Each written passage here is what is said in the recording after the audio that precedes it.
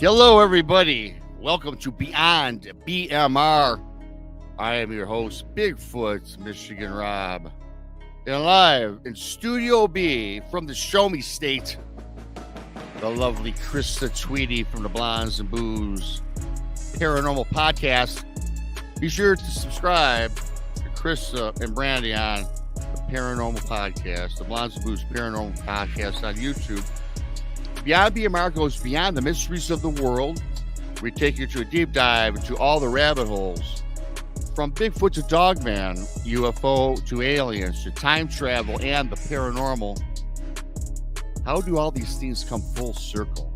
That's what we would try to investigate and find out. If this is your first time here, please subscribe to Bigfoot Michigan Rob on YouTube. You can also find us on Odyssey Radio, iHeartRadio, wherever podcasts are found. Thank you to the lovely Selene. We're also on KPNL Radio out in Oregon. We do appreciate that. If you like what we have to bring to the table here tonight, the Super Chat's open. That's a great way to help support what we do around here. If not, like, share, subscribe to Bigfoot Michigan Rob on YouTube, Blondes and Booze Paranormal Podcast on YouTube, and my buddy Tex, Texas Front Porch. With that being said, you know that we have many shows throughout the week. Yeah, I'm going to get into that right now and give you a rundown of the lineups. On Texas Front Porch, you can find them Mondays at 9 o'clock in the East. Tex and Brandy do a fantastic job. Tuesdays, Van Buren Variety, find Bobby 8 o'clock in the East. Right back here at 9 o'clock in the East on Tuesday is Beyond BMR with yours truly. You know what? Jason McLean does something on Tuesdays right around 10 called Mysterious Library at Untold Radio AM. Check out Jason, what he does. And speaking of Jason McLean, he's going to be back doing his live show on Wednesday. That's right. You demanded it. We're giving it to you. Jason McLean back, 8 o'clock at East. Wednesdays, Jason McLean live. Subscribe to him and Donnie Cho. Thank you for that, Jason and Donnie. Thursdays is brunch with Bigfoot Michigan Rob, 1 o'clock in the East. Thursday night, the Blondes, the Booze, the Paranormal Podcast. You can find them at 9 in the East. And you know what? If you need a little more woos with the booze, you have the Blondes, the Booze, and the Woo. Fridays, 9 o'clock in the East as well. Saturdays is Texas Front Porch, Infamous Minds. It's all about true crime. Check out Tex and Danielle Diva, 3 o'clock in the East. And don't forget my lovely friend, the talented Jessica Jones, Spaced Out Radio, Saturday and Sunday, 10 in the East. That'd be at nighttime, everybody. And she is a cryptid huntress. You can find her on her channel twice during the week. So that about covers it. We got a fantastic show. I'm going to bring up the lovely Krista. Hey. Yes. Well, hello, Krista. How are you? You know, I'm fantastic, but I'm not doing as good as you. Yeah. I got a grandbaby on the way either tonight or in the morning. So yeah. Yes. Well, congratulations when that eventually arrives. Thank you. Be number 3 for me. It'll be number 3, eh? You know. Yeah. And so if she disappears, it's not because she went through a portal. No. Or dropped off into some different realm. It's because right. she got a new grandchild she's going to be bringing onto this great planet we call Earth. Yep. Shortly. But I think we have time, though, because she's actually just being induced, and she's just now starting to feel a little pain. She just messaged, so we got a while. Yes, we do. And really quick rundown. Thanks to Pammy Smith, Lily Pond, Chiro Sounds, Maggie, Radio Vault, John. Who else we got here really quickly as they're all starting to Friends with Monsters, Chiro Sounds, Freaky Geek, Griff. Hey, Griff, what up, buddy? A few others. They're all starting to pile on in. You know what, Krista? We got a great show. Digger Dog, Neoma. How you doing, Neoma? We got a great show on tap. You know, these guys, I got to tell you what, they've been around a little while. Actually, they're broadcasting in Mexico. They are going live from Mexico. and they've got, if you hear in the background, it's either going to be UFO activity or trucks rolling by. Regardless, Long Island Bigfoot, how you doing? So I was on their podcast maybe two weeks ago. It's yet to be. I don't think it's been put out. These are two great guys.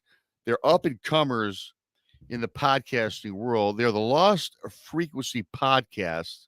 Tom Franklin and Voss. Two great guys. I found them maybe 3 months ago, and I started following the podcast. And I got to tell you, I normally don't go out of my way to ask somebody to get on their show. So I put out some feelers, and we responded. We got together, had a great time. Looking forward. But these guys, man, they do paranormal, they do alien, they do cryptid, they do everything and anything. And I know everybody in the audience, you're going to be in for a nice treat tonight. All sorts of stories and adventures. So without further ado, I'm going to bring up Rye and Tom from the Lost Frequency Podcast. Hey. Welcome to the show, guys. Thanks for having us. Yep. Thank you for having us as well. Thanks for that funny thing you said about the trucks or UFOs. That's they go together. Everything on this show goes hand in hand. It's all connected. Yeah, so we're definitely down here in Mexico. So that's the backdrop behind us. You might see some lightning bolts, but or you might see the odd UFO flying by. Yeah, or might be my earwax shooting out of my head, but So are you guys on vacation in Mexico or? No, we're living the dream. We both moved here, and we met up strangely enough on a Facebook group. And I noticed Tom was a little different like myself, and so I reached out to him, and we hit it off, and I guess that's how it all started. Yeah, that's fantastic. Very cool. I had to get out of Europe. I was living in Germany for 20 years, and I had to get out of Europe and came down here and bought myself 10 acres and living the dream. Awesome. Very cool. Yeah. I got to tell you what, I do love living the dream. I don't know that I'm living it just yet, but I'm getting close. And, when you come across and decide to do a podcast, much like I put together this channel with, when I had a Bigfoot encounter, and Krista put together her channel because of paranormal experiences, goes up and down the list with whatever podcast or YouTube channel you have. So I'm imagining Lost Frequency Podcast. To me, that encompasses everything.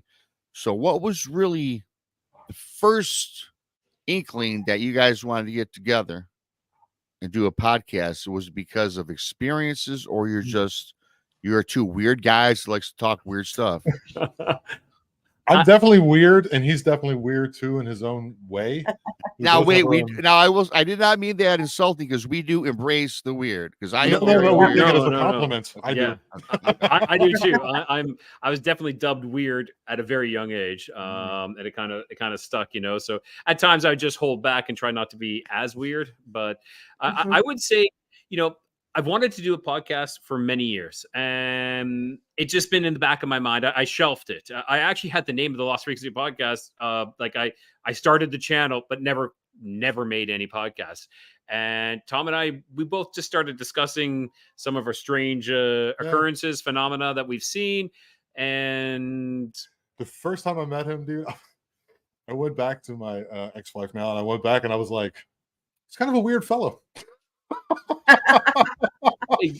Exactly. But I did realize that we had a great rapport. Like that's awesome. Just fantastic the way we spoke with one another. And then I don't know, just kind of came up. I was just like, we should do a podcast. And you were like, that's exactly what I was thinking. And then and it just rolled. Yeah, it was like we just rolled with it and sat down and started having discussion. And strangely enough, actually, I was telling him that in the house that we were talking, like first hashing it over, I was like, man, I see a lot of things here, like a lot of things out of the corner of my eye, a lot of like smoke, things moving.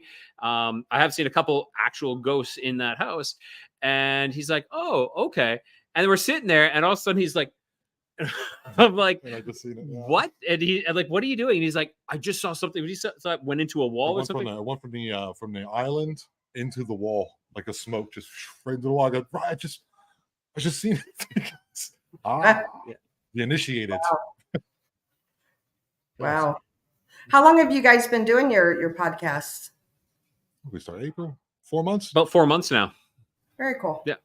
Yeah, we just we knew that the 8 episode mark was kind of like that was the goal. Like once you hit 8 episodes, then it's the next 8 episodes, then the next 8 episodes. Because usually, from what we've read, like 90% of all podcasts fail around the 8 episode mark. It's like if you don't make it to the 8th episode, that's about 90% of them. So we're like, okay, and we made it to 8, and now we have 23.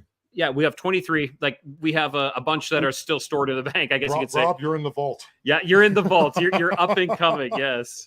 Well, yeah, I was wondering because I know we did a podcast several weeks ago, and I'm like, I was kind of bugging I think Rod because Tom, I don't know that I got your information. I'm like, man, when's the podcast coming out? I want to listen to it.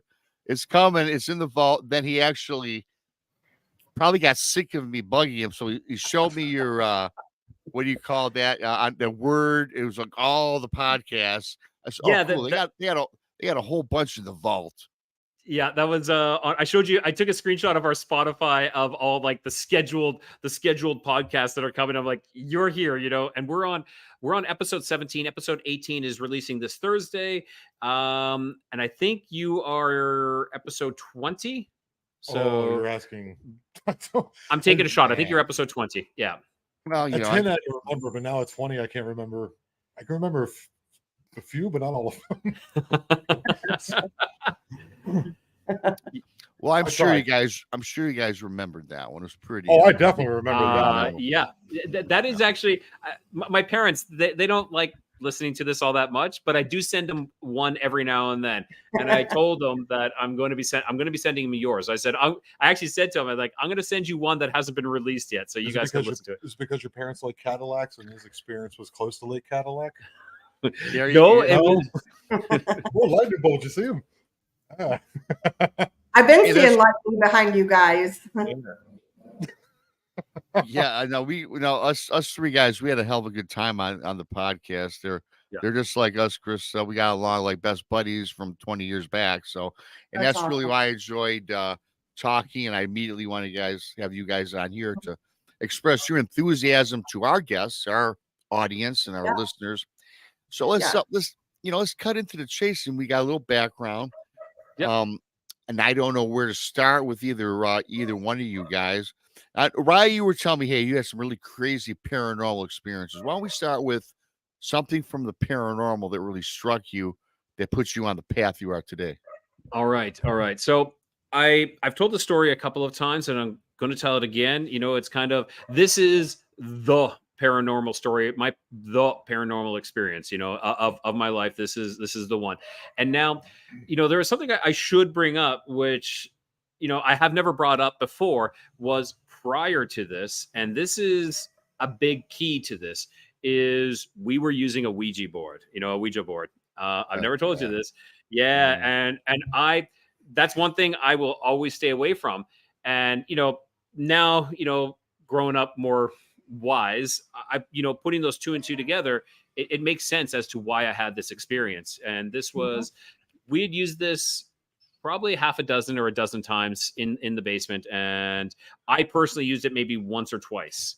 Now, of course, this is going to stem from this as to like, oh, why did this experience happen? Well, no, I will say prior to that, I've always had paranormal experiences, but this one was off the charts. So let's delve into it. This experience.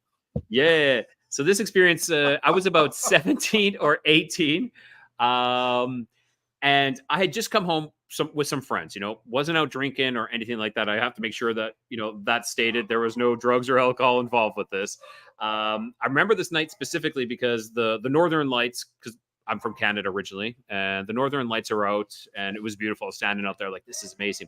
I went home. I went up into my bedroom, tried to go to sleep, and I was tossing and turning. For some reason, I just couldn't fall asleep. I just kept looking at the clock. I'm like, oh my gosh, I got to be up early for work, but nothing.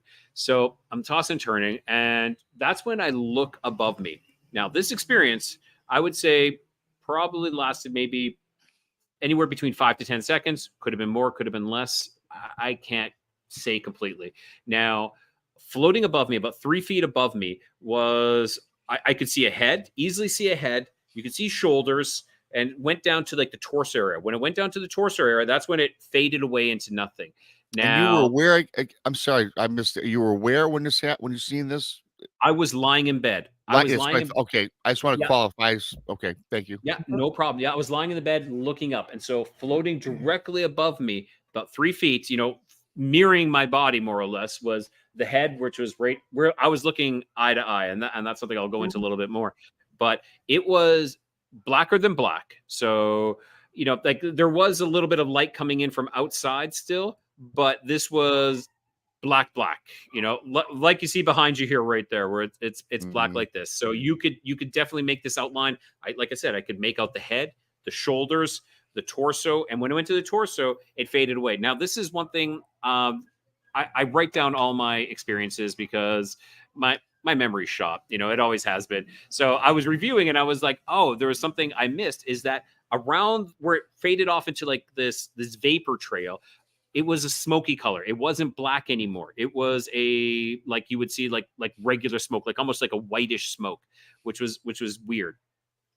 Now the part that got me the most, not only is this thing floating above me, was the eyes. Now the eyes were glowing red. So red little dots, not like the whole eye, but like the pupil. The pupil was this red. It was like the size of a pea, a red light. It was lit. It wasn't like it was like a glow or anything like that. No, it was like this red glowing eyes.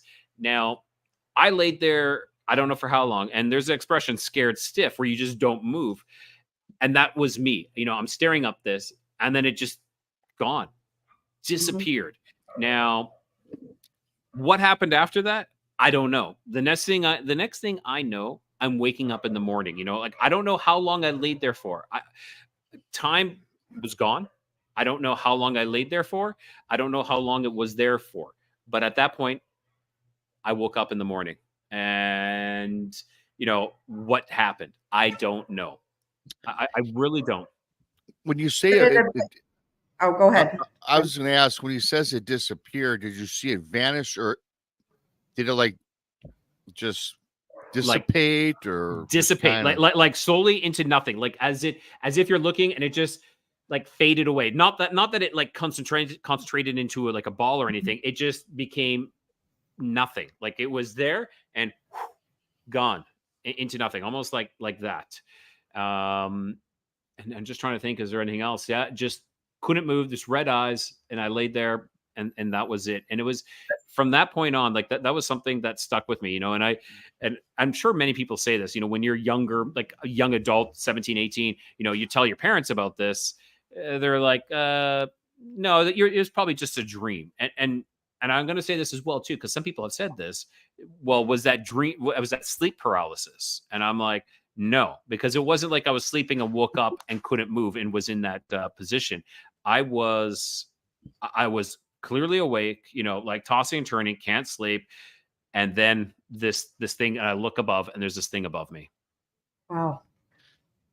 Wow. And did you? Let me ask you. You mentioned the red eyes, but you also mentioned now. Did you have any time loss, or did you just some? That's I would love to say that it was time loss, but I can't, because all I know is that I woke up in the morning then next. There is no recollection of like looking at the time or anything like that and seeing what time it was. I knew it was around 1 a.m. when this happened, because I was tossing and turning, looking at the clock, thinking, crap, I got to be up early. But other than that, I did not look at the time after that, because literally I am stuck in this position of, I guess, as some people want to say, sleep paralysis. Like I said, it wasn't, but I was scared stiff that I wasn't moving. I was frozen in place. I experienced the sleep paralysis before. We're not going to get into that, but when you did mention, however, the red eyes, like Krista can even comment on this.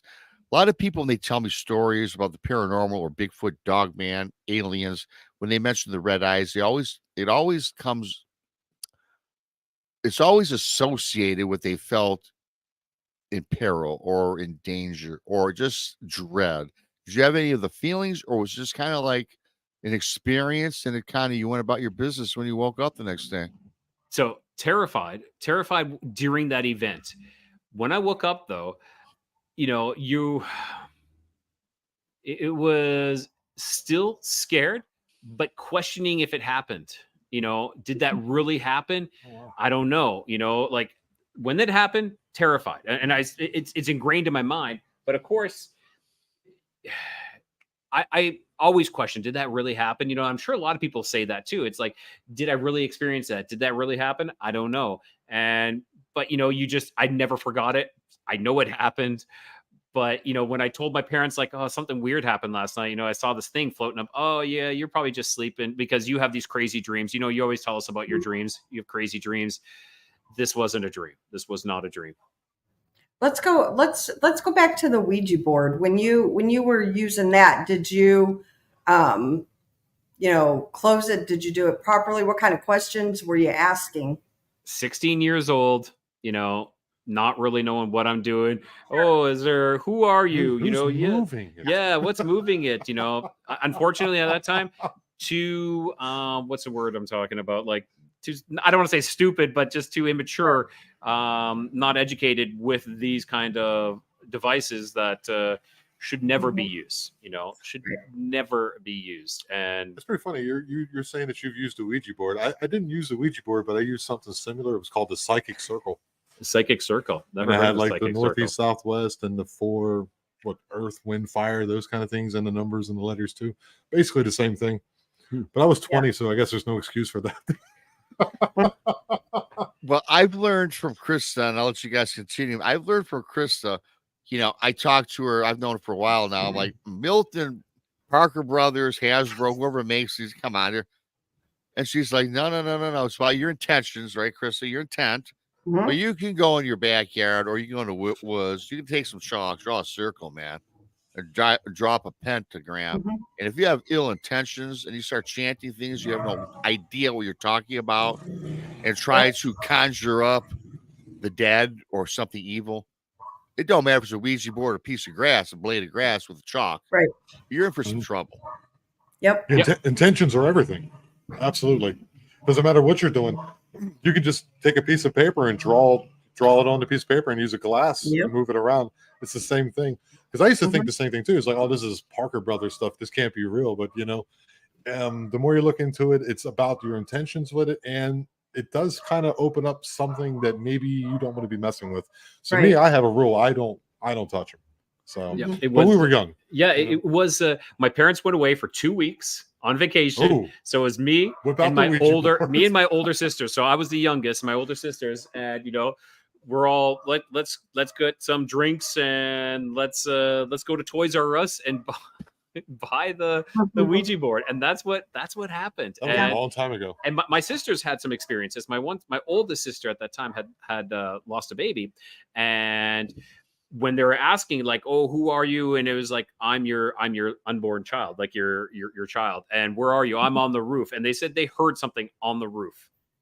Wow. Yeah, dude. Wow. Yeah.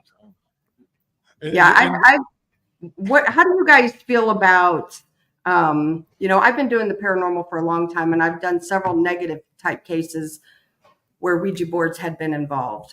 And I feel like a Ouija board is a tool. I don't feel it's any different than using a K2 meter or a REM pod, because it's still a form of communication. However, I don't recommend anybody using them, because if they don't know how to use them properly. Same thing with just regular equipment, unless, people are educated, and because I feel like you're still opening yourself up, even with just a plain old K2. What are your guys' thoughts on that? I think that's a great point. I guess as Rob was saying, I think it's all about your intention. What are you trying to accomplish with this? Right.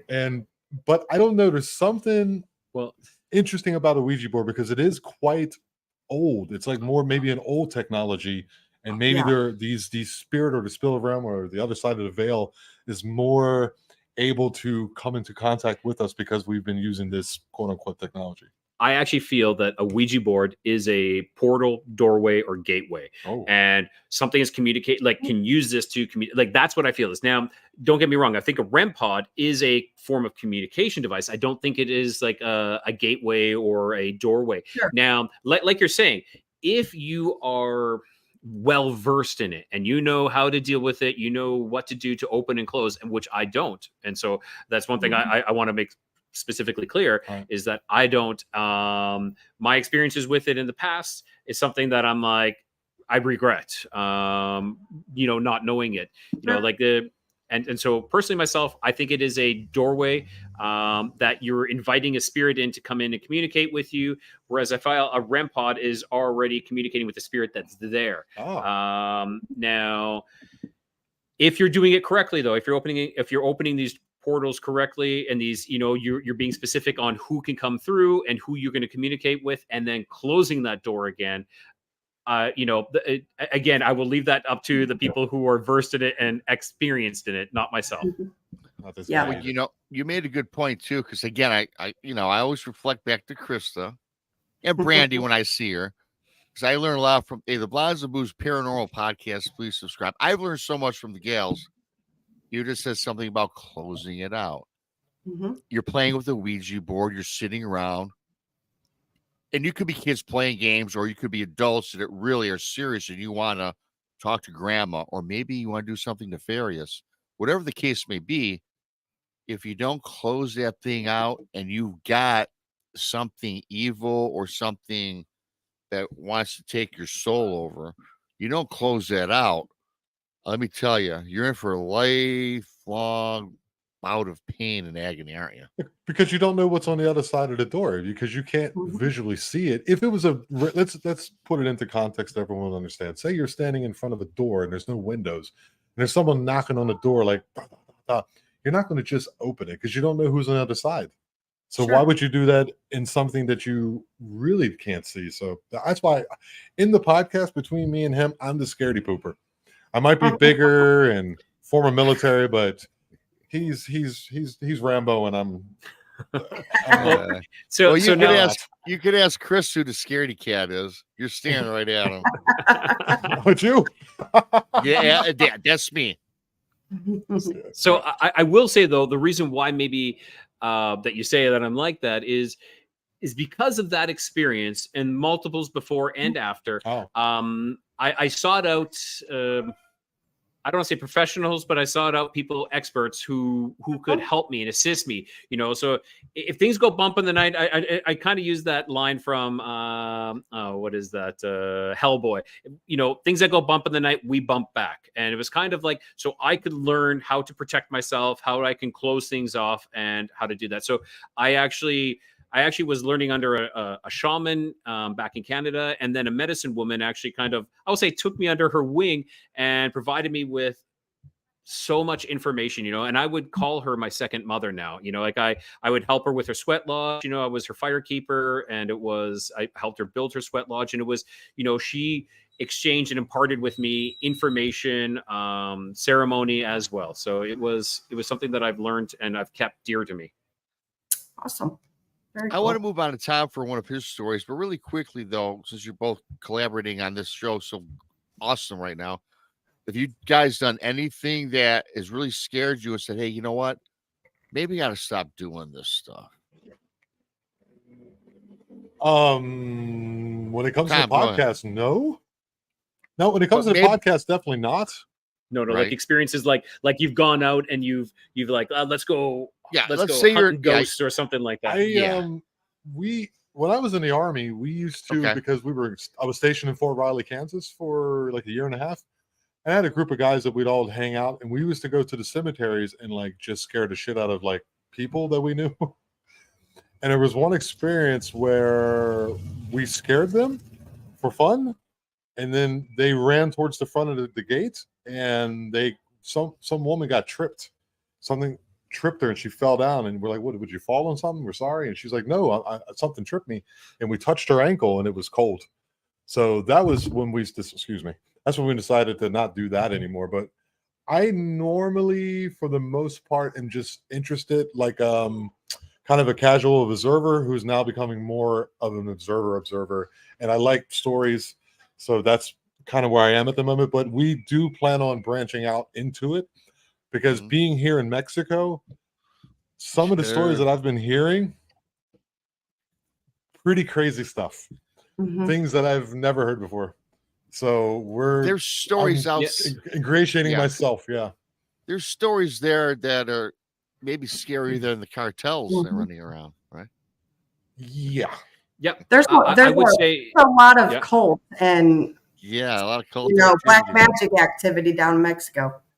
Black magic. That's where it's at. And I would say, they don't use the term SW, skinwalker, but they have people that perform this, and it I talk to people and they're like, oh, I have a story. Oh, I have a story about, this shape changers, that have the black magic shape changers. Speaking of, this Thursday in 2 days, we're going to interview a guy that I met kind of like out on the street, and he's going to be talking to us about Mayan black magic. So I'm really interested in hearing this one. So get ready for that one too. I'm interested. Mayan black magic, dude. I was like, what? Wow. We've heard a little bit about Rye's experience. So Tom, what about you? You're up next, man. What's okay?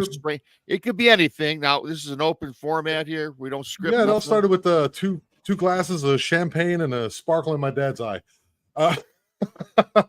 No, my first experience, which was my most shocking experience, which definitely had me interested in this, is at a certain point in time, me and my family had to move into my grandmother's house, and she had 2 extra bedrooms. So you would go up the steps in his house. To the left was where my grandmother and her husband stayed, and then it was 1 bedroom to the right, and then directly behind it another bedroom. No hallway, just you go through 1 bedroom, go to a door to get into the other one, and then behind that was the bathroom, etc. So every time someone had to pee, they would walk to the room. And so it was me and my sister. She's about a year or 2 younger than me, and my mother was also in a previous marriage, and she would have joint custody of her daughter from the previous marriage. So she would come out like every other weekend, and every time she came over, like things would happen. And she's, mind you, 12, 13 years old at the time. She's about 5 years older than me. Excuse me, I'm a little hoarse today. And so it's 2 beds. So you come into the room, I'm in the far bed in the far corner, and they're in the bed on the right side. So there's a space in between us. And every time she would come over, like this is kind of a summation of all the stories. I can't remember. It was a long, long time ago. It was 30-some years ago. Like it started like with the lights flickering off and on, like flipping off in the room. And I was freaking out. Then my little sister, who was the bravest of all of us, way braver than me, would run down the steps and then tell them, hey, there's craziness going on in the room. Parents, they didn't pay no mind to it, no attention to it. Go upstairs. You guys are just playing around. Go upstairs, go back to bed. She comes upstairs. Then things started like getting more and more, I guess you would say, aggressive, and more things were happening. Like all of a sudden, Rob, Krista's shoes would start flying and start hitting us on the bed. Like we had a line of shoes on the floor. Like the door, when you come in, there's the door. It opened into the room, and there's like 3, 4, 5 sets of shoes. And what am I doing? No, continue. Yeah. Okay. I thought you were pointing out a pimple on my arm or something. No. And these shoes are flying and hitting us, and we're freaking out. So my sister runs downstairs again, and she's like, hey, it's craziness going on. Just go back to bed. So at one point, I'm laying in the bed, and the bed is next to the wall or adjacent to the wall, whatever vocabulary you like. And there's about a space about that far, in 2-3 inches. And I feel a hand come up and physically touch me right here on the right side of my chest. And I jumped out of the bed and screamed, and what's going on? Something touched me. Oh my God. And then my sister goes, you stay right here. And she runs down the steps. Comes back up the steps. I'm standing in the doorway in the room. The door swings into the room, into me. And as she's coming up, she's still on the other side of the door. I say to her, so what did they say? And as soon as I said, the door slammed right in her face. I couldn't move. Patrick, I couldn't. She opened the door and said, "Did you slam the door in my face?" And I said, "No." And she's like, "Okay," and like literally like turned me around like it's Weekend at Bernie's or something, and walked me back to my bed and put me in and tucked me in. There was another moment later, like I remember feeling like air underneath the sheets coming up and like touching me, and it really really traumatized me and made me for years always question a lot of things. And I'm sure it's a lot of reason for like a lot of my anxiety that came out later in my life. But I don't know, kind of confronting it, just kind of like, Rob's story that he told us on his thing, being on this podcast and being with Rye, someone who knows a little bit about these things, and not feeling so alone. Plus, my sister also came on our podcast and told the same story too. It kind of helped me, but yeah, that was the biggie. That was the big one. Wow. And PTSD is a real thing with people with paranormal encounters or cryptid encounters or UFO encounters. So, it sounds to me like, I mean, you were really traumatized. Yeah. And so was she. So both of them were. They both were. And they never believed us. Like to this day, I mean, my sister's 40. I'm in my 40s. And my older sister's older than me. And we can sit right in front of my mother and father, and they don't believe us. Wow. Why would I care? You know what I mean? It's just the truth. You're like, right. This is what happened. Right. Yeah. Right. And that's a big pet peeve of mine too, when people, especially children or, who do go to their parents and say, hey, imaginary friends or whatever, and parents are, oh, you were just dreaming, or, you're just making something up. No, believe your children, I mean, I think that's even okay. That's even okay. It's like, to kind of calm them maybe. But my parents were like, shut up, you're stupid, go back to bed. Stop fucking around upstairs. Excuse me. I'm sorry, I didn't mean to use the F word. Yeah. But that's what basically happened.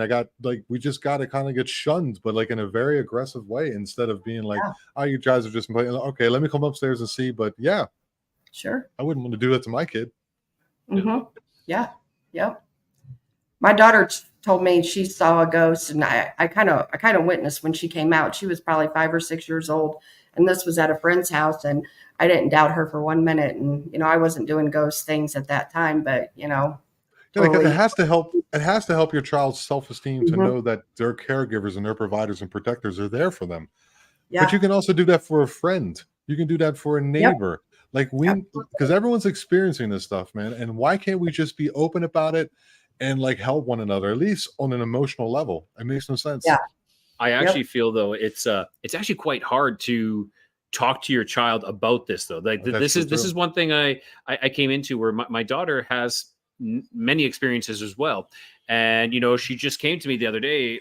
It was about 6 months ago. And she's like, I just saw something downstairs. I saw something move downstairs. And I know exactly what she's talking about, because this is the house where we've had all this movement. So I'm like, how do I deal with this without scaring her? Because I don't want to scare her, but I don't want to deny this as well. So I was like, okay, I said, oh, I believe you. I'm going to go downstairs and check to make sure everything's okay. Because I'll go down there and make sure everything is okay. Wow. Very Scooby-Doo of you. But my daughter has had numerous experiences. Like she saw my wife's grandpa sitting in a chair. She's like, oh, I just seen him sitting here. And we're like, oh, who did you see? And she's like, oh, the old man in the picture, because that's one thing in the Mexican culture. We put up the ofrendas, during Day of the Dead. And she was like, no, him in this picture, he was sitting over here in this chair. And so that was really cool. And something even cooler, though, is she hasn't talked about this for a couple of years now, but, around the ages around 4 to 5, she would talk to us about her other family, the other life that she had lived and that she'd left. She's like, my other parents, she would talk about them and describe, on the last day I was with them. She told us about the last day. Wow. Yeah. That's incredible. Wow. Yeah. I always wanted to ask this question, and this is not to be a funny question because I don't know, and I'd like the answer. You just mentioned in Mexico, the Day of the Dead. I'm assuming it's the opposite of Cinco de Mayo.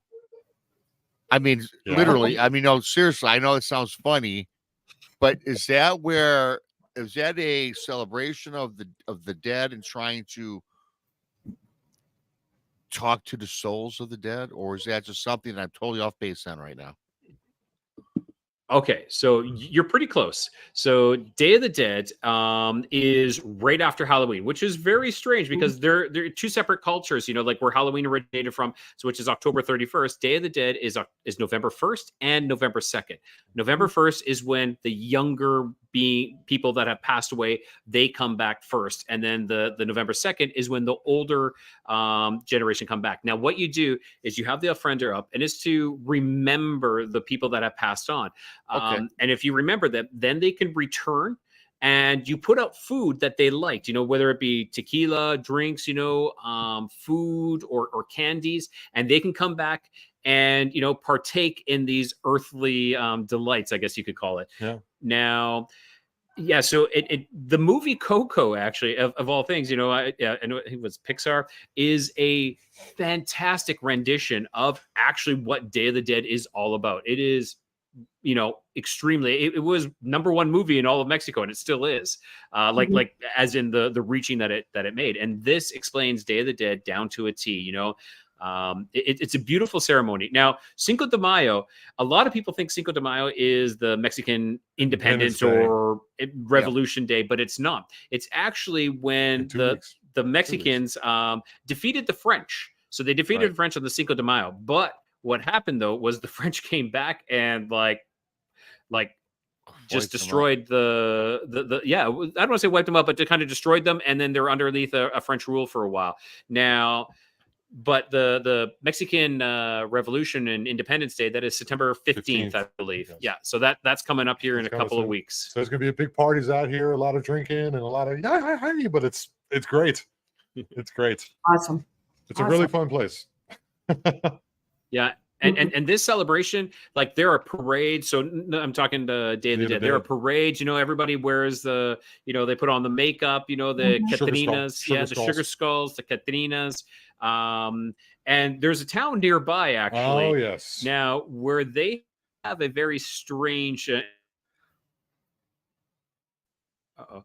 And so they have a very strange tradition. So this tradition is after 2 years, is it 2 or 3 years? One of those two.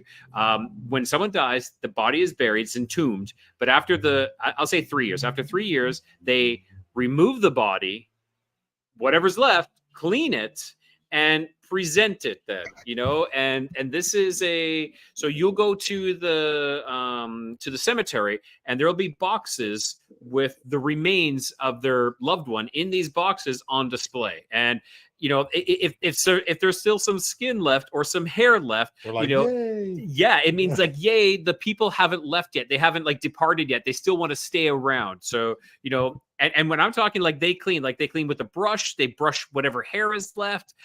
They do everything. They, you know, and for me, it was I walked around the cemetery. I lasted about 10 minutes. And at that point, the energy was just too much. I'm like, I need to get out of here. You know, it's just, I don't feel good. And so I left. But, you know, for them, this is all they know. You know, like when they go to take the bodies out and the bones and clean these bones, you know, the whole family comes, like the kids. So you're started off at very young. So this is normal for you. But of course, for most of us, it's quite the culture shock. Yeah, culture shock. I would think that's a great way to say it. Very cool. Now, you know what? Thank you for that, because I'm kind of educated on that. And my first question was just because I didn't know, and that's why we do these shows. You learn something. I learned today myself. Yeah. So thank you guys for that. I really appreciate that. We've talked about a couple paranormal experiences, but now you see, being in Mexico, now you guys know this question's got to be coming. This show, we can go anywhere. Sure. I got to ask about the lights in the skies of Mexico. You know about this? Craft? Well, like UFOs and whatnot. Oh yeah. Yeah. There's a lot of reports from, and I call them UFOs. I am not UAP. UAP to me is this: manufactured by America. There you go. Or Russia, with you, Rob, with you. Yeah. UFO is manufactured by, frankly, non-human intelligence. Right? Yeah. So I'm sure you've seen some UFOs out there in Mexico. Well, okay, well, I feel like I'm a teacher now. Well, to the young man in the light Right blue shirt over on the left. there. So literally right on this rooftop, I had an experience. I was sitting on this rooftop, and this is something that we will find with a lot of other experiences, not just UFO, but it's kind of like I need to look up at the sky. Like I felt like this drawn. I'm like, I need to look up at the sky. So I was calling one of my friends who was going through a hard time, and I was like, had all the lights off, sitting up here on this rooftop, and it's beautiful. You know, you can see the night sky, and I'm sitting talking with him. And off in the distance, you know, and there is planes. It's not a heavy plane area, you know, heavy plane traffic, but there is some.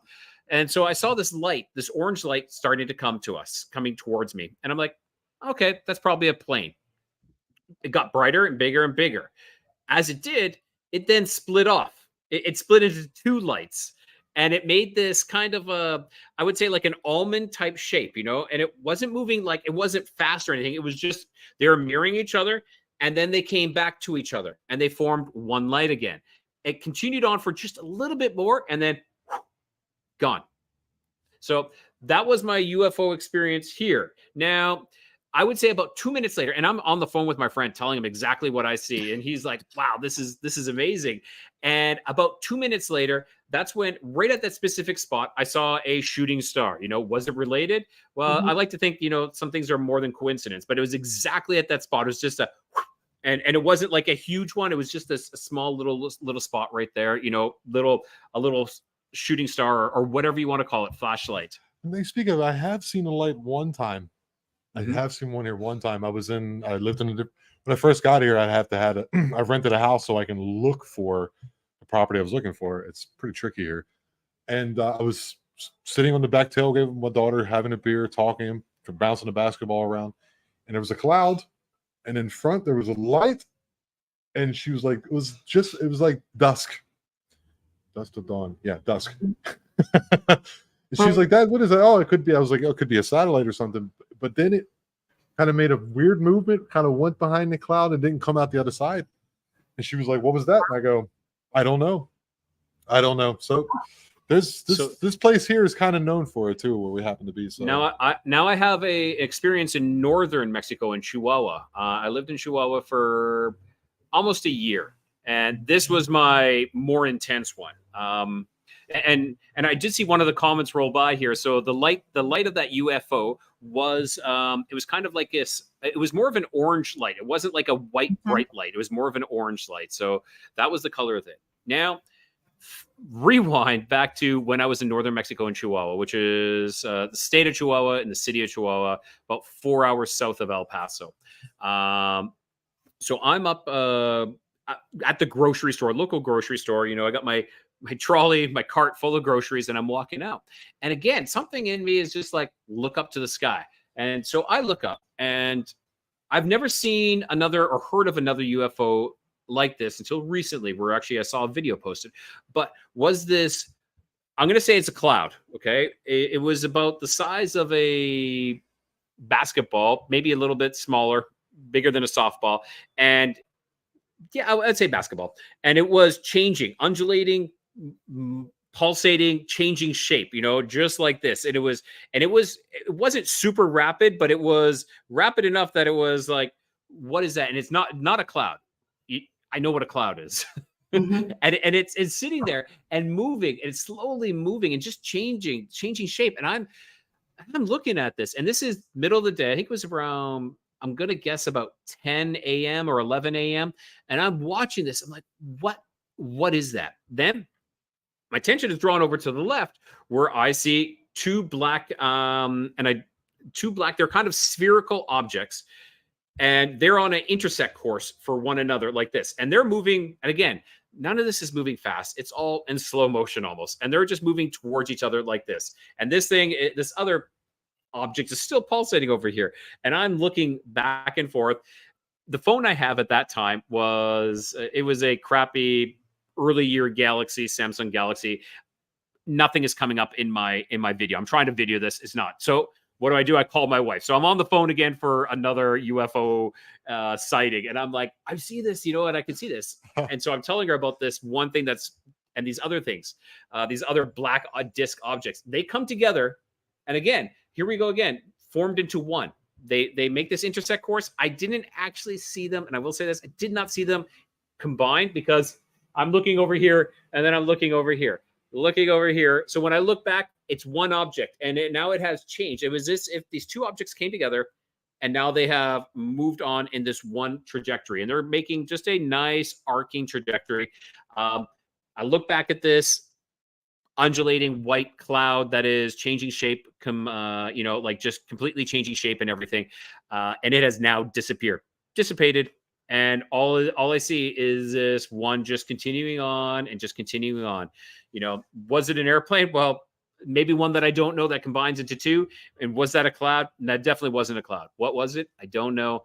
But that whole exchange, I believe, was about 13 minutes. Because like I said, I have this terrible memory, so I write this down. I said this is how long I was watching it before I called my wife. I was on the phone for about 8 minutes. So it was about, and then I finished, and it was about 2 more minutes I watched. So it was about 13 minutes of watching this all unfold before me. So that was pretty spooky too. 13. 13 number, yes.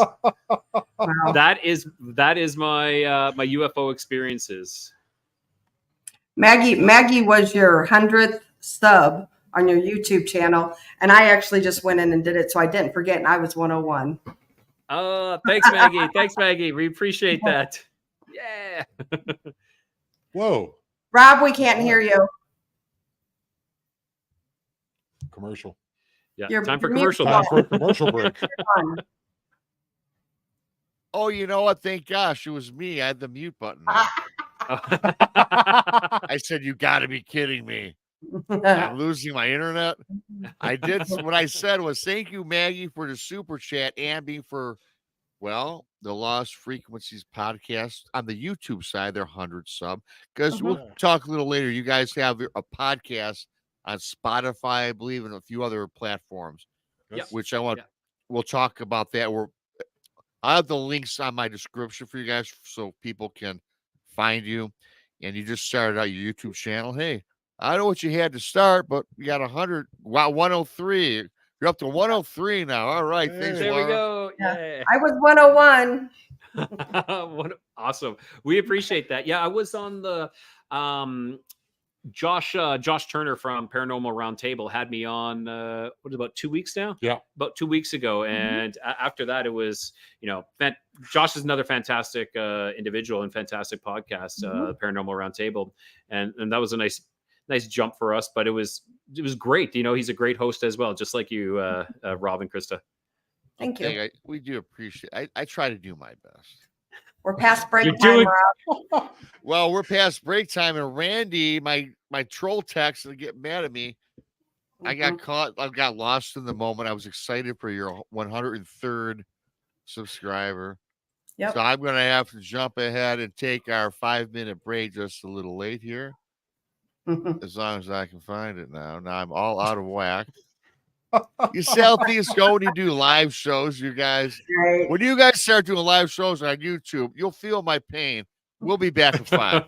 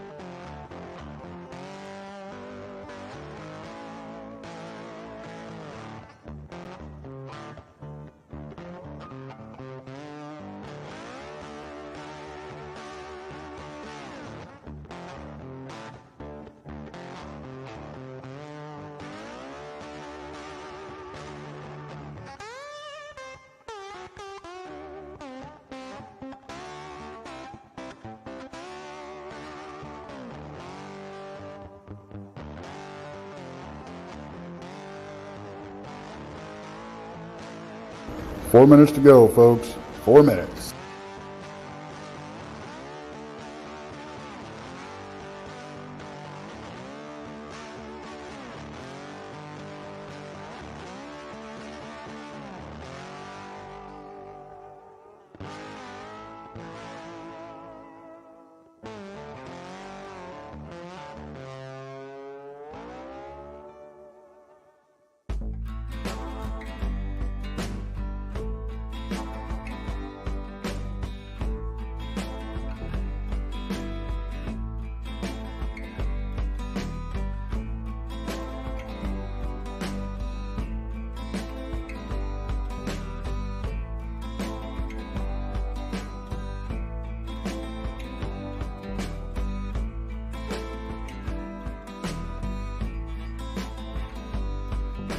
3 minutes. We're almost there.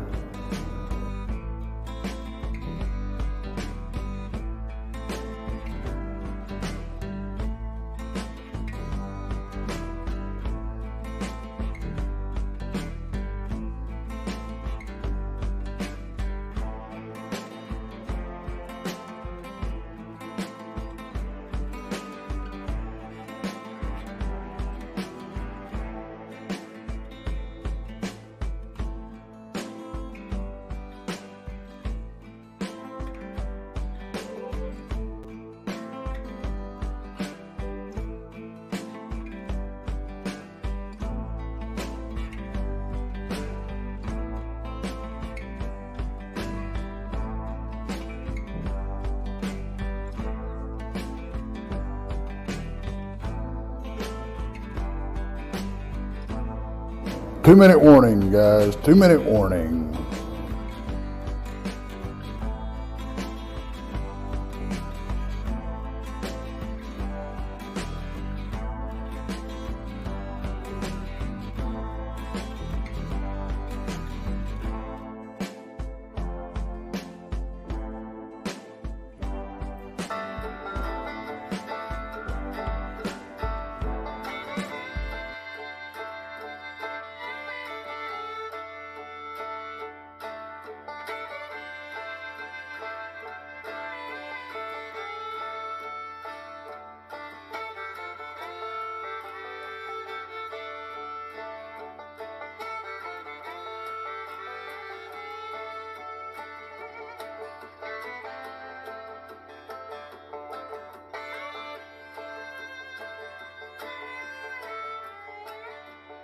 One minute.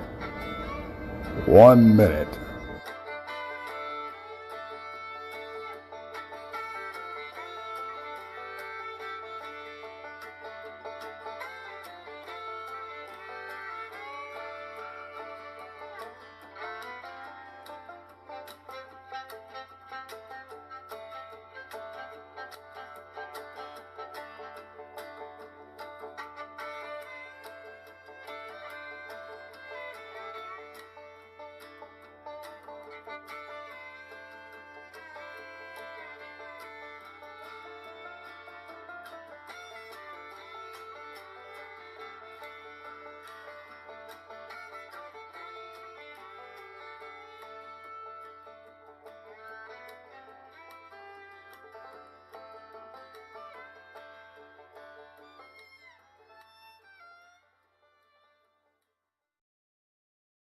Hello, everybody. Welcome back to Beyond BMR. We got a great show. The Lost Frequency Podcast. Tom Franklin, Voss. Fantastic show. You know, I got to tell you guys, that's the first time, Krista, listening, that I ever went over the 52-minute mark. And I said my tech troll, Randy. Randy does a great job. He does some editing. He works in our sponsors. So sorry, Randy, when you go back and look at this. But with that being said, fantastic show. I was just getting excited. The guys picked up like 5 or 6 new subscribers since I've been sitting here. So congratulations. And thanks to everybody in chat for showing the love and the support. Speaking of love and support, thank you, Maggie, for the super chat. Love you. Thank you to everybody that has purchased my book, Bigfoot, Michigan Represents True Cryptid Encounters. You can find that on Amazon. The link is, I think, pinned at the top, and Lily has been putting that out. I love you guys for buying the book, and thank you so much for that. Don't forget, on Mondays, it's Texas Front Porch, 9 o'clock in the East, Tex and Brandy. Tuesdays, Van Buren Variety, 8 o'clock in the East. Beyond BMR, this show, 9 o'clock in the East. Jason McLean does something called Mysterious Library at Untold Radio AM. Go check out Jason. And Jason McLean Questions Everything, is back doing live shows on Wednesday, 8 o'clock in the East. By popular demand, you guys wanted it, Jason's providing it. Thursdays is Brunch with Bigfoot Michigan Rob at 1 o'clock in the East. That's with me and Krista. We have another great show Thursday for you guys lined up. And don't forget the Blondes, the Booze, the Paranormal Podcast. Please subscribe to them. And I got to make mention, They are soaring. They've got almost close to 1,050 subscribers. Thanks to DA Roberts. I gotta give him a shout out for helping them when they were he had a great show, promoted the heck out of them. And thanks to DA for the Blondes. They're also back on Friday. The Blondes, the Booze, and the Woo on Friday nights at 9 o'clock. And don't forget, Saturday is Texas Front Porch, Infamous Minds with Danielle Diva, 3 o'clock in East. If you're into true crime, that's where you should be. And my good buddy, Jessica Jones, the Cryptid Huntress, Spaced Out Radio, 10 o'clock in East, Saturday and Sunday. And you can also find her during the week. You know, you guys, I'm going to bring everybody up, and I got to bring you all up. And, you know, I normally don't get frazzled, but I'm so excited, man, that the love that our audience is showing you guys. I mean, you've gotten quite a few subscribers, and I'm happy. I get happy for people like you guys. You just started out not too long ago. You guys have a fantastic podcast. I think we can find that on Spotify. Any other platforms where we can find you guys? You name it. We can find it on, Google, Apple, Podcast Addict. Yeah, Podbean. Podbean's my go-to. His is Podcast Addict. We made sure we're on there so we can listen to it if need be. Yeah, this show is probably going to pick up quite a lot of views. So what I want you guys to do tonight or tomorrow morning, because I'm going to post this, send me the links to that, and I'll put them in the description of this show so people, when they go on and rewatch this, because people are going to watch this tomorrow, the next day, where they can automatically tune into you guys, because I think you deserve it with the show. We really appreciate that, and we're starting new things with our podcast too. Like I think we just posted to your page, which you graciously allow us to.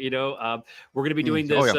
It's our Frequent Knots Unveiled, where we're going to be asking our listeners to send us in, or the Frequent Knots to send us in their stories or pictures or videos, and we're going to do like live readings and reactions to them and tell us what, we're going to say what we think about them.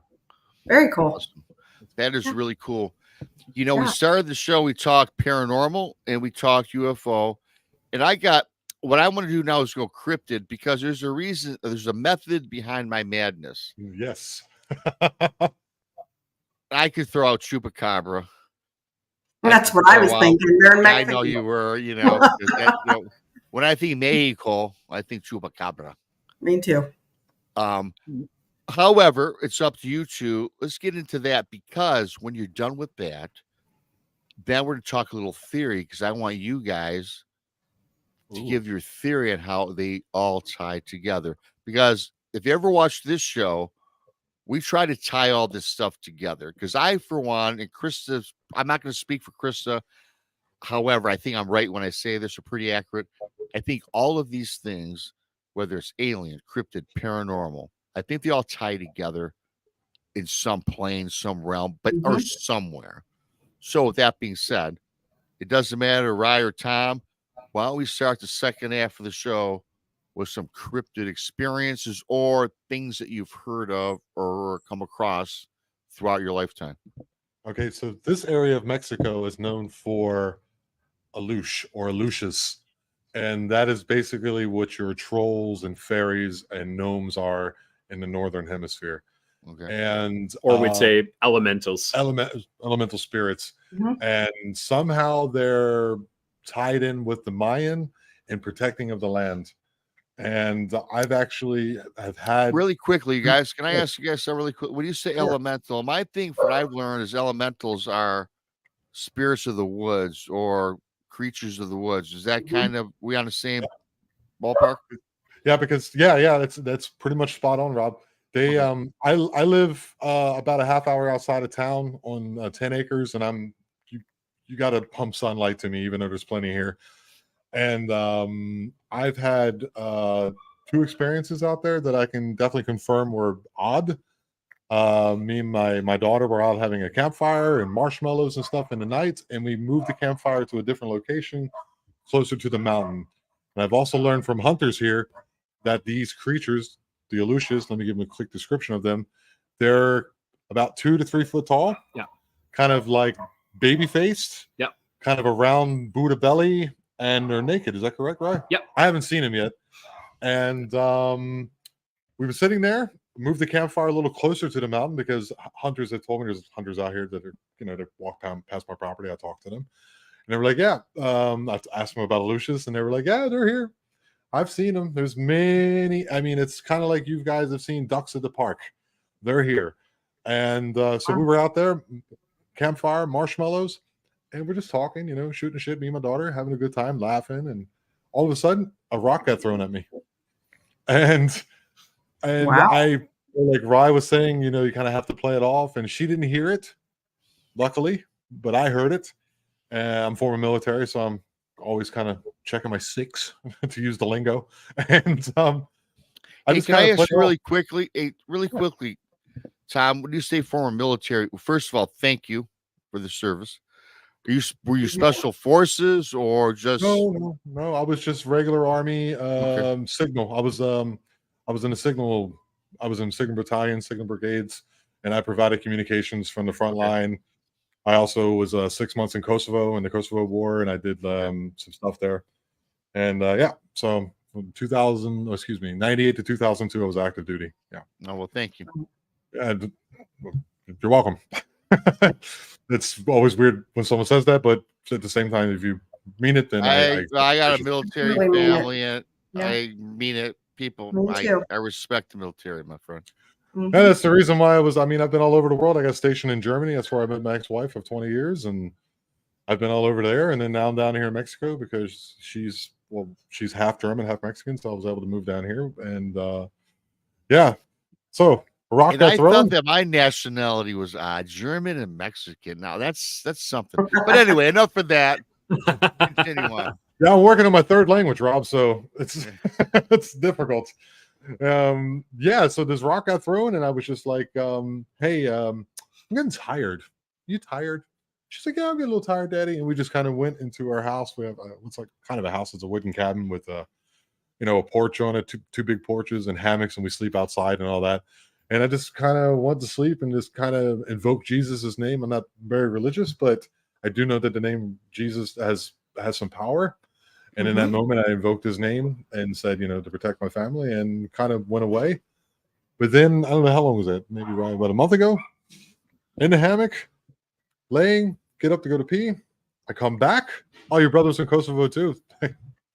Well, I'm sure. Camp Bondsteel, huh? Night shift. That's what I did.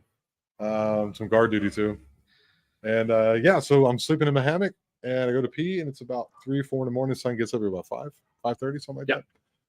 And I was like, I'll try to lay down and get a little bit more sleep, because it turns from the crickets and all the bugs and the crazy birds you hear in the jungle here at night into all the birds you hear in the morning. Then you get to both the crickets and the birds and the sunlight. And then there's a weird one out there that makes the craziest noise. I can't even describe it. And and then so I'm about just close to sleep, and distinctly in my left ear, I hear a female whispering in my ear. And it's not English, it's not Spanish, because the rhythm of it. It was something different. So I haven't really heard too much Mayan. It's very interesting sounding language. I've heard it a little bit, but it was just like in my left ear. And I literally just swung to my right, and there was nothing there, and it just freaked me out, and I couldn't sleep. So, wow. And Rye has actually also had some interesting experiences with these as well. Yeah, with the Aleutians. But I just want to say, though, like in this area, and this is going to sound strange, if you mention chupacabra here, they laugh. They laugh at you. Yeah. The chupacabra in this area is a joke. Everybody's like, oh, that isn't. I'm like, well, what about northern Mexico? You hear that a lot, and they're like, that's nothing.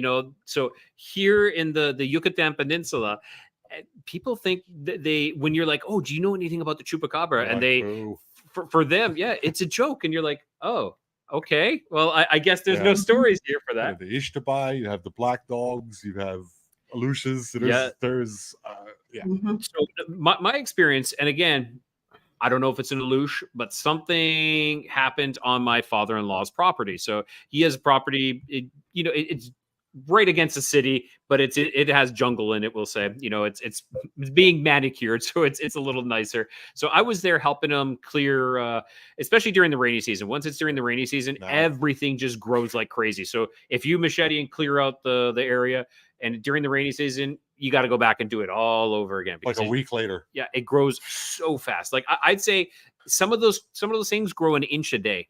Easy. So I was there clearing out some of the jungle for him, and I was by this tree, and I heard, like Tom, I heard voices like from the tree, not from anywhere else, but up above, directly above me. And so I answer back in English and in Spanish, like I'm trying to see if anything's up there, because again, it's this whispering, like wow, yes, and it's like, what is up there? So nothing. And so I'm like, okay. So I continue to clean again. And again, I hear these noises again. And I'm like, what is going on? So nothing at that point. Then my father-in-law asked me to come with him. He's like, hey, I need you to, of course in Spanish, I need you to come help me move some heavy logs. So I go and do that.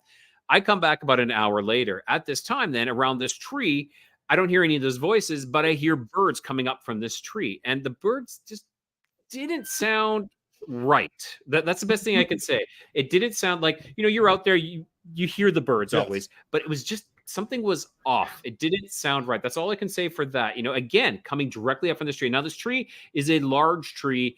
It's not fully leaved. Like it's not like you're looking up and all you see is leaves. You can see the branches and everything. There's some leaves that I couldn't see anything. I'm looking and I'm looking. I can't see anything. So I'm like, okay, I'm going to go sit down. So I sit down. I'm about 5 meters away. So what? That's about 5 yards, or so I'm about 5 yards away, sitting down.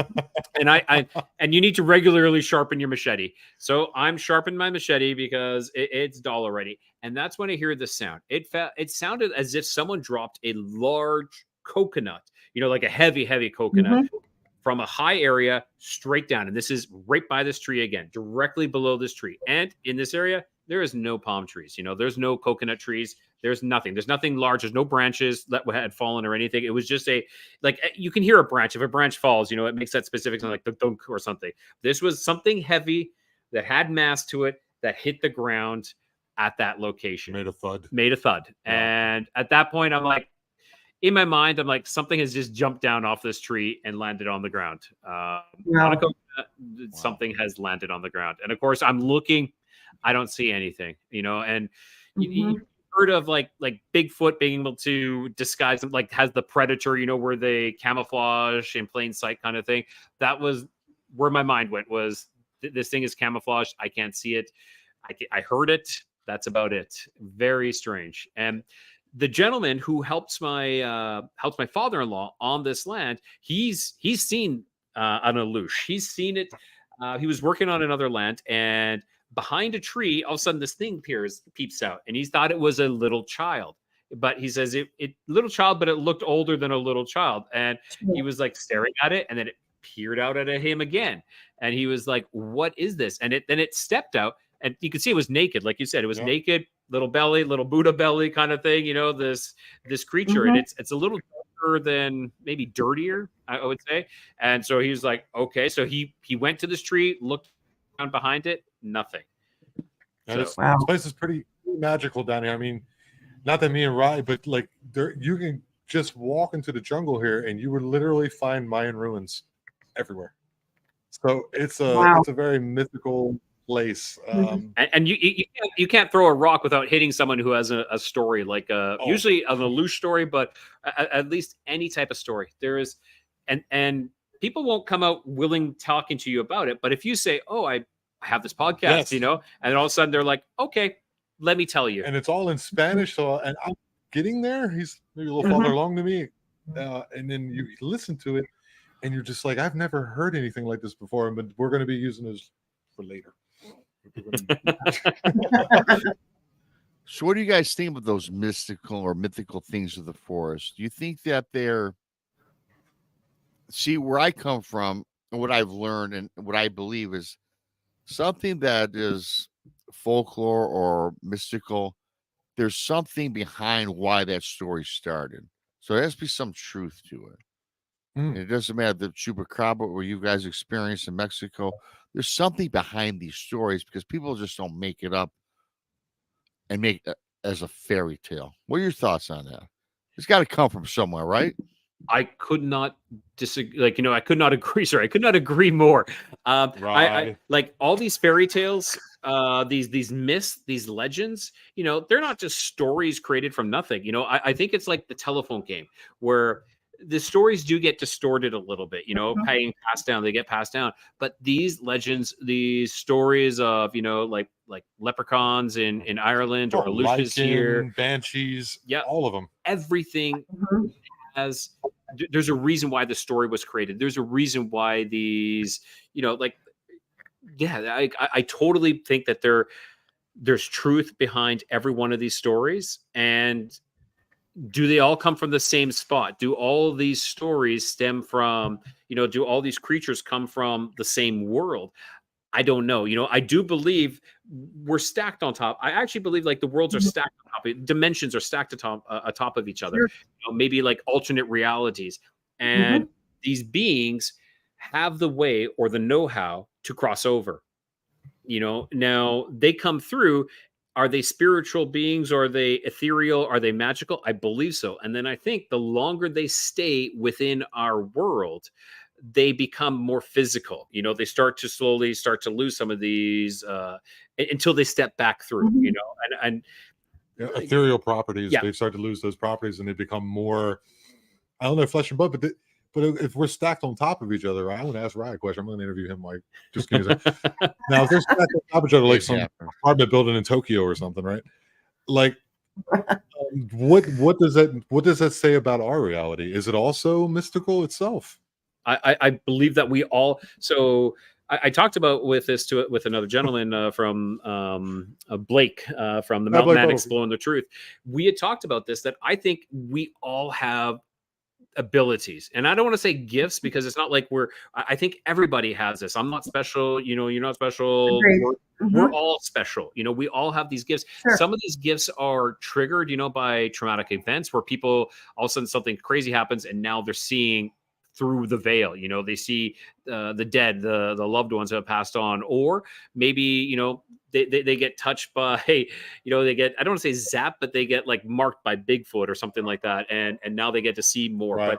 But I believe that we're all play a part of this, and perhaps we've forgotten our role, our place in this, in this, and I think like, the forgetting, as maybe we'll call it, like the great forgetting. I think this has happened to us as a people, or our world, our reality, many times. If you look into the past, I think we've hit like climaxes within our cultures.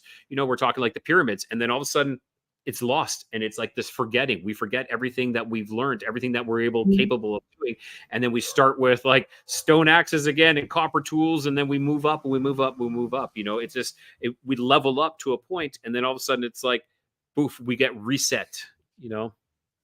I like it.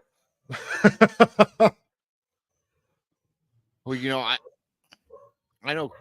I agree with quite a bit of what you guys just said. Let me ask you this. Why do you think some people then, let's say that you're a Bigfoot researcher, cryptid researcher, 20 years in the field, you're dedicated, you have no ill intent, and you just are fascinated and want to study Bigfoot. Yes, you found prints, tracks in the woods. Yes, you've seen the quote unquote broken branches that are 8-9 feet up, surrounded by, again, their footprints. They've never seen a cryptid or a Bigfoot, but you'll have somebody that gives two craps about it, and they can spend a weekend in the woods and come up and have an encounter. Do you think? What do you think? Do you think that has to do with the person's? What am I trying to get at here? Their mind, their aura, or what? What do you think that is? Why are they attracted to some and others not? I think it's a matter of perception, because sometimes you can't see things until you're ready or willing to see it. And sometimes people don't know that they can see it until it's right in front of them. So they, like you were saying, they don't give two craps about it. they're just an outdoorsman, they like to fish, and then they're 15 years old with their dad, and their dad's on the other side of a rock. All of a sudden, the Sasquatch walks out of the woods. It can happen to anyone. There's people who are dedicated to it. They want to see it. It's like I don't know. It's like musical talent or savants who just can play piano from birth, and they can't wait till their fingers get long enough so they can play an octave on the piano. And then there's people who really want to play, or comedians like Jerry Seinfeld is not a naturally funny comedian, but he's a well-written comedian. And there's people like Dave Chappelle who could just read a phone book and make you fall to pieces. It's kind of like that, the way I see it. What about you, man? What do you think? Very much a possibility. I find it very strange. Yeah, there's the ones that want to go out there. And now, does that tie into the law of attraction, where you attract what like, is it the wanting that they're attracting? That I want to see this, so they continue never to see it because they keep attracting the want. And maybe the people are, I don't know, you're not actually actively seeking something, so it seeks you out. It's very strange. This is just something I just came up with that. Are you just wanting the want? Is that what you're attracting to you? I think it's Do you subscribe to the theory then that some people that have a paranormal encounter or a Bigfoot encounter are more apt or marked by the being? I don't know. Rye is. I don't know, because after I've had mine, I don't know. Maybe I just got more used to it, or I don't know. But for me, it wasn't that. I don't know. For me, I say I like with the paranormal, the amount of experiences I've had. Like, I don't really have cryptid experiences other than just like that one that I explained to you.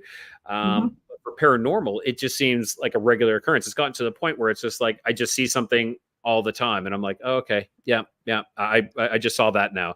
I just seen this. Oh, I just see this large being, like floating through the air, or I don't want to say that, but like that never happened. I'm just using that for an example. But there is, there is. I've had too many paranormal experiences that it just. I think that it is like, oh, you're open to it, or you've been marked, like you said, you've been marked. And I've heard that before by other, we'll say, cryptid experiences where they feel that they've been marked now, and it's kind of like once that point happens, then it's just continuous. Wow, very good. I got to tell you guys have great energy and work well together. You really do. You really do. And maybe in the fall, if you would be willing, I'd like to schedule you to come on to Blondes and Booze. Oh, I knew what Chris was thinking. Sure is. She sent me a text. Hey, I'm going to get these guys on, Rob. I love them. I'm kidding. She did. We were talking about something else. But yes, I got Chris. I said at the beginning of the show, I did a podcast with them, and I've done many. I've been on a lot, where I've been the interviewee. Yeah. And I do have to say, Ryan and Tom, I love that show. That's why I keep bugging you. When's it coming out? It's coming. It's coming, Rob. You guys have great energy, and you do. Yeah, I do. And a lot of things you said today makes a lot of sense. And we're talking about people that maybe 20 years you've never seen it because you just want to see it. And I think that a lot of these, let's just call these things beings, because we're talking about everything. And they can sense that you're looking for them, and maybe they don't show themselves. But what about that person that's so gung-ho and they're out looking for a ghost, Bigfoot, an alien, whatever, that they actually manifest these things. And what they see isn't what it is that they're really seeing. It's a creation of their own imagination, which can lead to misidentification. And you get this whopper of a story. Hey, I seen this big beast come out at me with glowing red eyes. And you listen to the story, and I've been wanting this for so long. And then you kind of sit back, you listen, you dissect it. Was it because you wanted to see it? Did you manifest it? And was it really there? Because I think a lot of people have delusions of grandeur when they're out doing this stuff. Yeah. Yeah, I don't think it's being a podcaster or being a person who's interested in this stuff. It's not for me to doubt their experiences. I think. Well, I will never. But they kind of showed their hands. It's like playing poker. Yeah.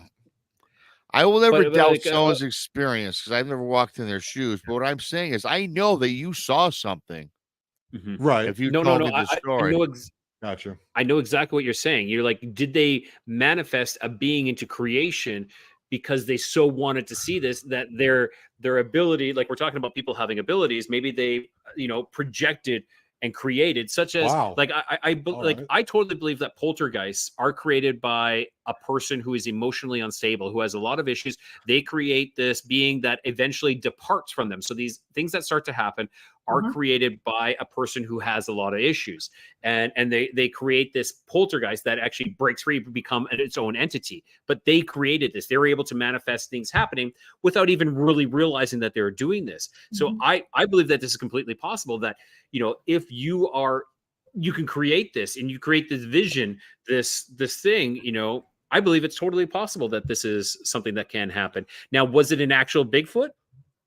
I don't know. That- Was it a manifestation of a psychic ability that you didn't, a hidden psychic ability that you created? That could be it. but that can manifest in every aspect of your reality, if you ask me. I mean, if you're a person who always doubts their ability to do anything, you're never going to do anything.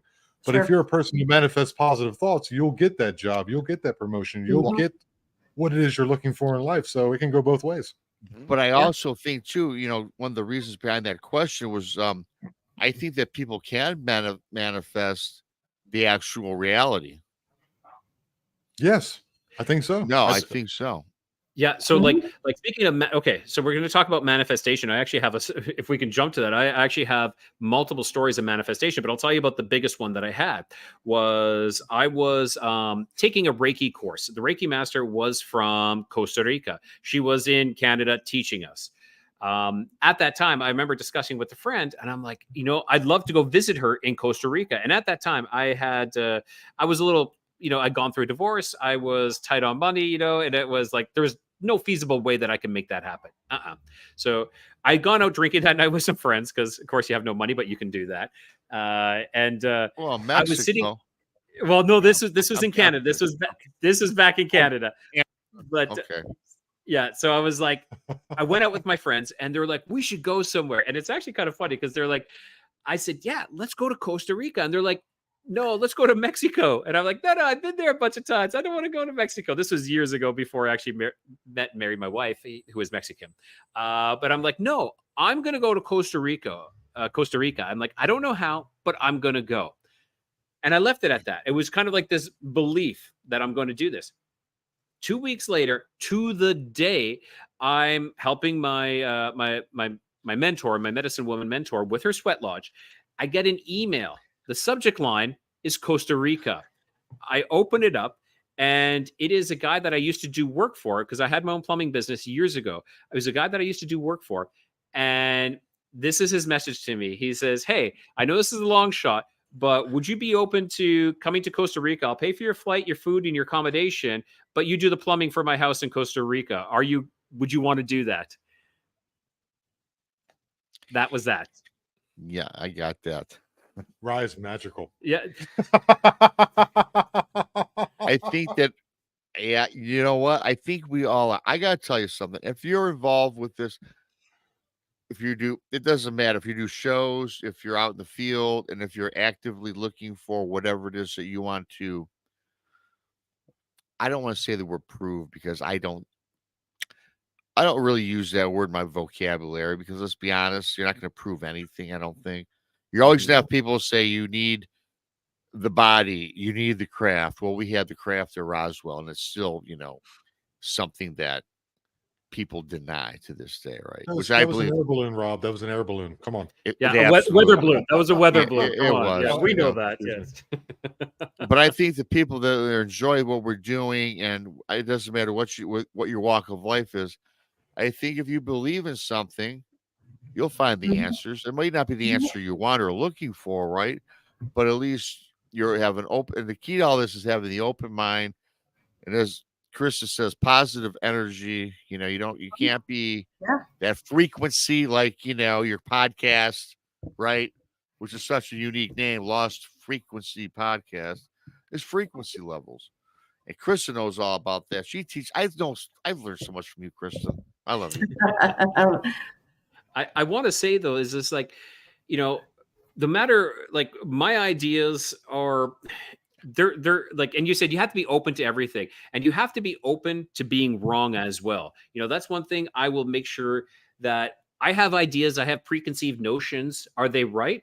I don't know. Are they wrong? I don't know. When it comes to these kinds of things, I'm always open to new information, new learning from everybody else, because you should always be learning. Once you stop learning, that's it. It's game over. But I'm willing to say, yeah, what I thought was right. No, I'm going to change. And it's okay to say that. It's okay to say I was wrong. Now this new information comes out. Now that is right. Know. Don't let your ego get in the way. That's silly. And that's the way to end this show. Egos, I don't need it. None of us need it in this field, whether you're a researcher, a podcaster. Absolutely. Don't need it. Don't need the drama. There's always somebody that's going to try to up you. And I'm not going to leave with negative energy. But, you guys, Rye, Tom, the Lost Frequency Podcast, nothing but positive energy, positive vibes. You guys covered it all. It's one of the best shows I've had in quite some time, but they're all good, of course. But you guys really brought it tonight, and everybody loved it out in chat, and I'm sure the people that are going to watch it later did as well. So with that being said, where can we find you guys? Well, you can find us on our Facebook page at The Lost Frequency. You can find us on Spotify and YouTube, Podbeam, and TikTok, and we also have if people want to email us their stories, or just give us feedback, it's the Lost Frequency Podcast at gmail.com. Or you can contact me personally if you want to tell me a story. If you want to be anonymous, just contact me at Tom Franklin or Rye Voss on Facebook. Send us a friend request, and we're open to being friends with everybody. We're also open to I'm a big conspiracy theory guy. Rye is quite a bit as well, and we like those too. We got some of those coming up too in the future, and we have some interesting stories coming up. You guys had a great show, and before we end the show, don't forget, everybody, my book, Bigfoot Mystery Rob presents True Cryptid Encounters. You can find it on Amazon. Lily's dropped the links in the description in the YouTube page, and you're going to find Rye and Tom's. All the stuff is going to be in the description to find them all over the place. I do appreciate it. Thank you to Maggie for the lovely super chat. Thanks for everybody for tuning in tonight. Krista, what do you got on tap? Today is Tuesday, so you're on Thursday. You and I are going to be talking with the West Coast Dogman Project Thursday. And what do you got later on Thursday night? Anybody? Man, you're putting me on the spot. Am I making you think right now? Oh, man. You know what, though, Krista? I can buy you some time. I just wanted to say, Rob and Krista, thank you so much for your hospitality. And this has been phenomenal, and you are professional. And congratulations on your book, Rob. Go out there and buy that, people. And Krista, congratulations on your third granddaughter? Yes. Third grandbaby. Grandchild? I tell you what, I know Krista did a great job tonight, because I know Krista well enough now where she's getting a little fidgety. She's waiting for that. I was just asked to call her. That's why. Yeah, see, I could tell. I was watching you. I watched everybody. That's my job as the host. It was a great show. I know you got to go, Krista. It was fun. And I thought of Thursday night's guest. We have Josh Hurd from Malvern Manor. There you go, Josh Hurd. Yeah. So until next time, once again, thanks, Maggie. Thanks to everybody that came in today. Check out Ryan Tom, their podcast, the Lost Frequency Podcast. I kind of rumbled that word together. But anyways, you guys know where to find it. Find it on the description page. It's been a long day. It's been a long day. Great show. For Krista. Yes, this was fun. For Rye, for Tom. All I got to do is find the extra, and we're out. Have a great night. See y'all. Bye, everybody.